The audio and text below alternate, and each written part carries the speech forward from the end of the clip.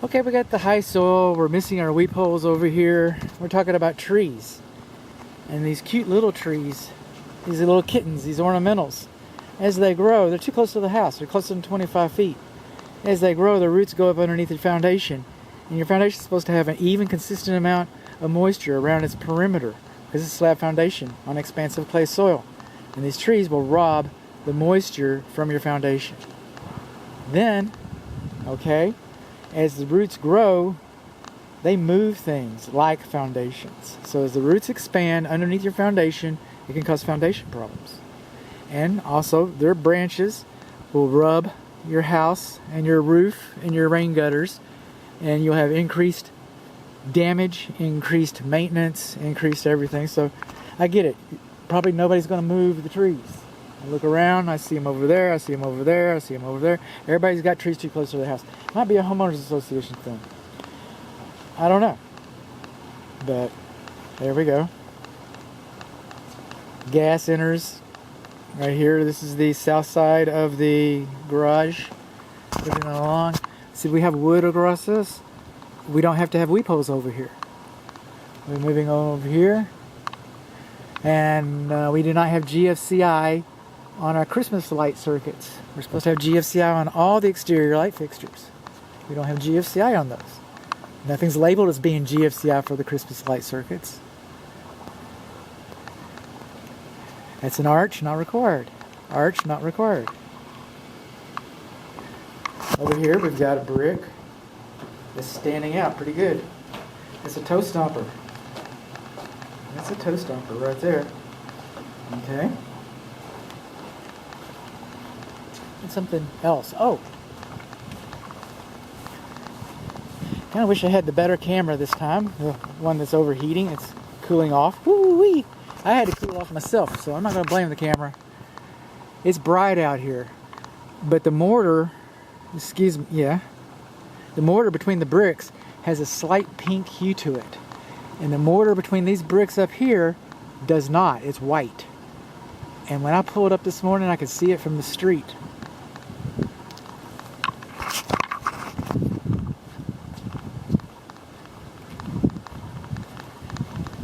Kind of highish soil, wood mulch next to the house, wood mulch next to the house.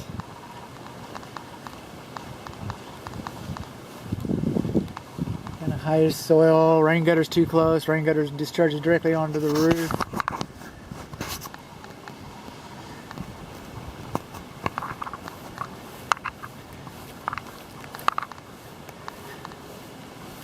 Moving on around, trees too close. I'm not seeing much in the way of movement, which is pretty good. This tells me that there might be another water heater up there, but I don't see any water heater discharges, so I'm not sure about that. Then over here on the south side of the house, we got our mechanicals. We got our condensing units. That one's underfused. Okay, so I'm thinking water comes out of this culvert over here. Drains down this way, and then all your water comes down here. You can tell this is your yard, or is it the neighbor's yard? I don't know whose yard I'm on right now, but you can tell that the root system in the grass can't sustain standing water for that long. So standing long enough to kill the grass, that's not right. Again, I'm not a landscape architect. I'm not a civil engineer. So I don't know what the answer is on all cases. Okay, door's latched. Don't want the little dog getting out.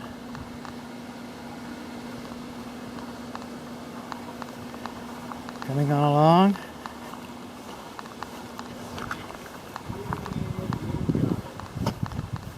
Weep holes. Weep holes over these windows.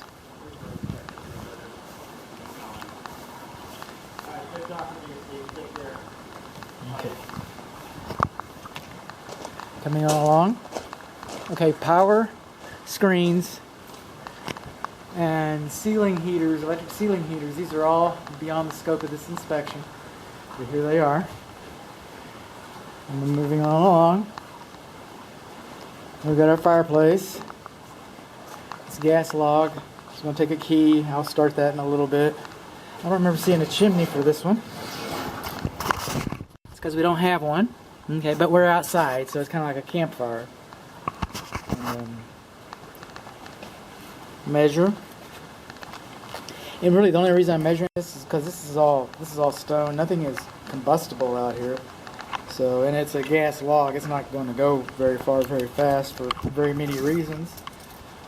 And extends out almost 24 inches. It's a little shy of 24 inches, but really, what I'm trying to say is, when you have a fire going on here, you really need to be about 30 inches away from it.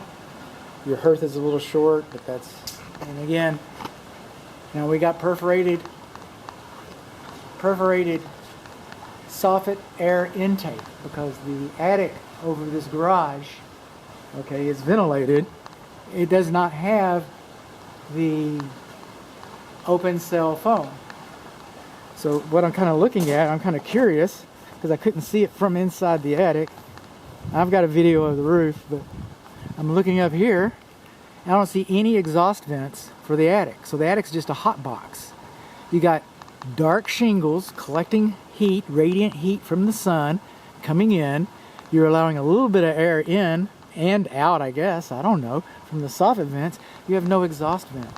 So this attic over the patio cannot perform in any way that we would consider. I mean, it's just not right, for one thing. And two, it's going to be, these are black shingles anyway, and this is going to be very difficult, very hard for these shingles to perform, to live a normal life expectancy.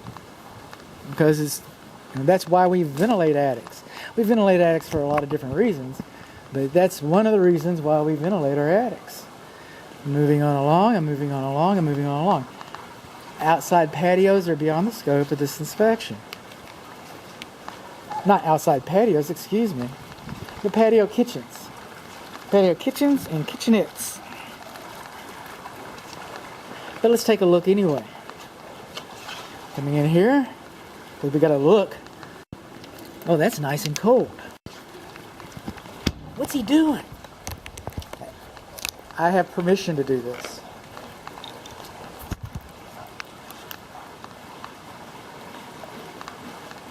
It was offered to me. This is our oven. Really, what our grill, patio grill's beyond the scope, but really what we want to see is what's under here. These shelves. One of the gas is turned off, so it wouldn't even work for me now. That blue tape is for water. On the joints, the blue tape is for water. Yellow or cream colored tape, white tape is for water, blue tape is for water, the yellow tape and the cream colored tape is for gas. We've got the wrong type of tape on our gas, and we do not have a sediment trap going to our cooktop.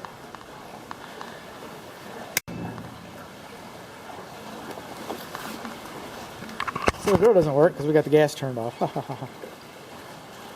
That cracked me up.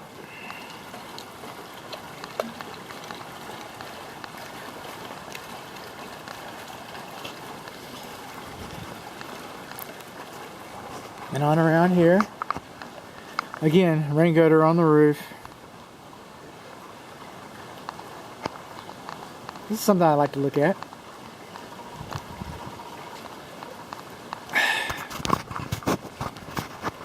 The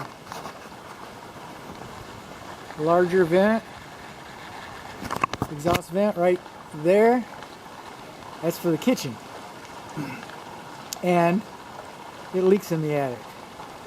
And this smaller little puppy up there, behind there, that little black speck up there, that's for the clothes dryer. We're supposed to have 12.5 inches square surface space to vent the clothes dryer. We don't have that. And then this vent right up here, alright, you look up above it just a little bit, you can see a little fish mouth shingle up there. It means it wasn't nailed properly.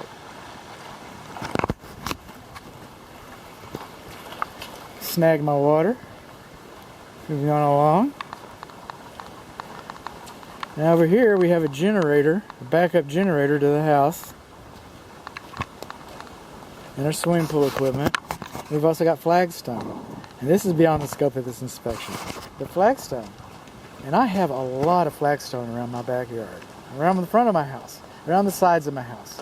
I am zero-scaped, flagstoned out, man. I got plenty of this stuff. And one thing I can tell you about it is that it's not dimensionally uniform. And where if you get, your kids and,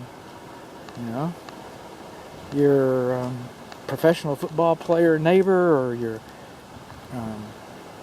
Olympic cousin or whatever, a lot of people don't have any problem with this. I'm walking along them just fine, but if you get somebody that's geriatric, somebody's not really paying attention, somebody's a little bit forgetful about their balance, this could be an issue. I'm just saying.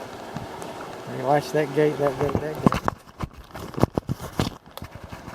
This is the number 3 condensing unit. We have a whole video for that. Swimming pool, and this when the lawn sprinklers. We agreed not to inspect those. We agreed not to incur the price of inspecting those. My client's comfortable doing it that way, and I'm real comfortable doing it that way.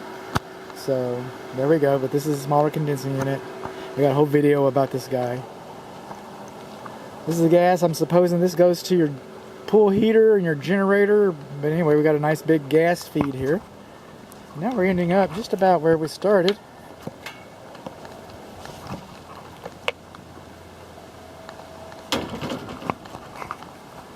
Are you latched? Don't want the little doggy getting away.